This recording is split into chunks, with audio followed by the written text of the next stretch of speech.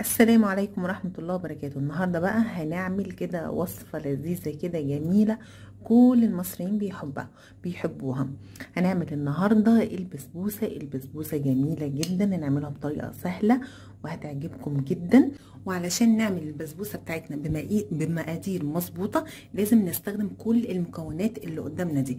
هنستخدم كوباية الا تلت لبن، ومعانا كوباية سمنة او زبدة حسب طبعا اللي موجود في البيت، ومعانا بالظبط معلقتين عسل او شربات العسل التقيل، مش عايزينه خفيف. اول حاجة هنعملها مع بعض، هنجيب معانا السميد البسبوسة. انا حاطه هنا 3 كوبايات، نحط 3 بالظبط، بس مش هنحط اكتر من كده للصينية اللي احنا هنستخدمها معانا. وبعدين نحط السمنة بتاعتنا، وبعدين هنقلبها كلها مع بعض بالشكل ده. نفضل نقلبها، ولازم ناخد بالظبط ناخد بالنا واحنا بنقلبها ان احنا في الخطوه دي ما نبسش البسبوسه، لا يعني يدوب هي بس بسيطه، لكن ما نديش تقليبه كتيره قوي، يدوب كل السمن بتاعنا او الزبده تبقى داخله كل زي ما بيقولوا كل حبه في البسبوسه بتاعتنا. بجد الطريقه دي من انجح الطرق، انا عملتها قبل كده في القناه بطريقه تانية، حطيت فيها البيكنج باودر، وكمان عملتها بطريقه تانية لو حابين تشوفوها، كانت جميله جدا. بس اعتقد دي هتعجبكم اكتر لانها انجح بكتير من الخطوه اللي فاتت، او احلى كمان. الاتنين حلوين بس دي احلى. خلاص كده احنا قلبناها. تاني خطوه نحط العسل بتاعنا،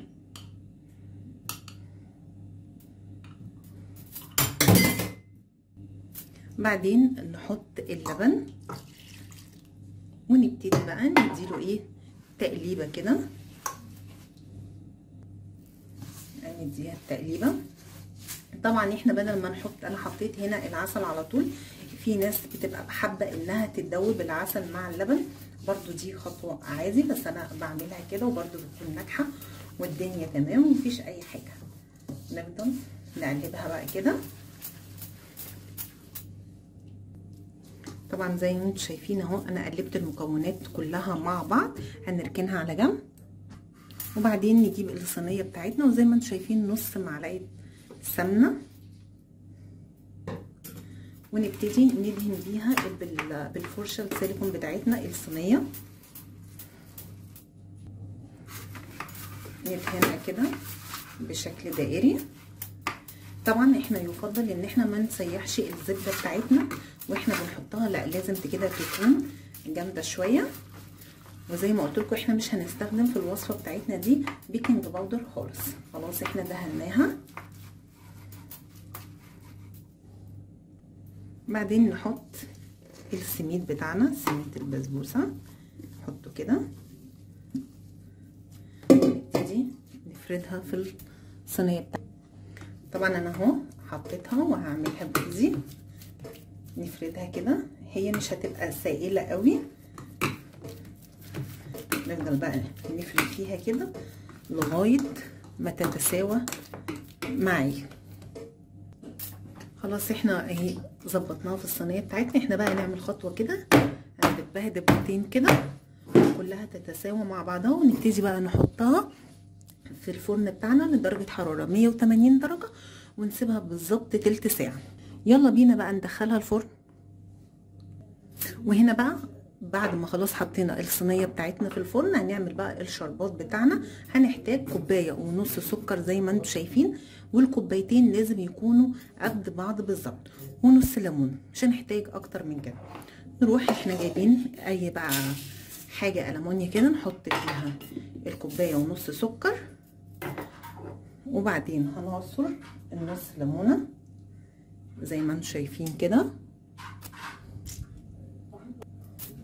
وبعدين هنجيب بنفس الكوبايه بتاعتنا اللي احنا حطينا بيها السكر، هنحط بيها الميه اهي. بصوا انا بملى الميه قدامكم اهي،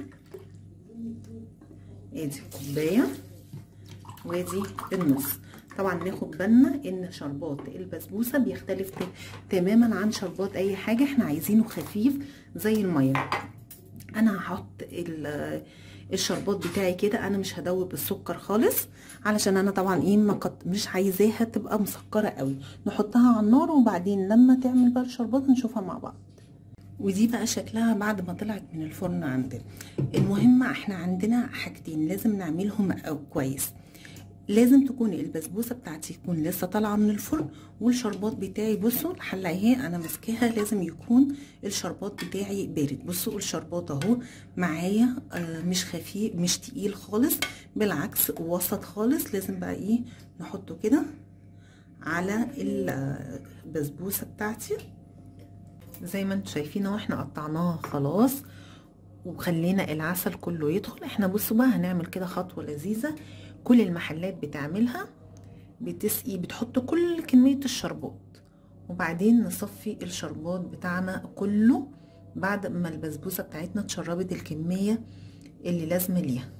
صفيه كده خلاص اتصفت كلها الكميه زي ما احنا شايفين اهو. شايفين بصوا عامله ازاي، بصوا هنا عامله ازاي، بجد تحفه وجميله جدا ومفيش اسهل من كده، بجد سهله وجميله. بصوا عامله ازاي، بصوا عامله ازاي، جميله جدا جدا جدا ومش قادره اوصف لكم طعمها وريحتها عامله ازاي، بجد تحفه.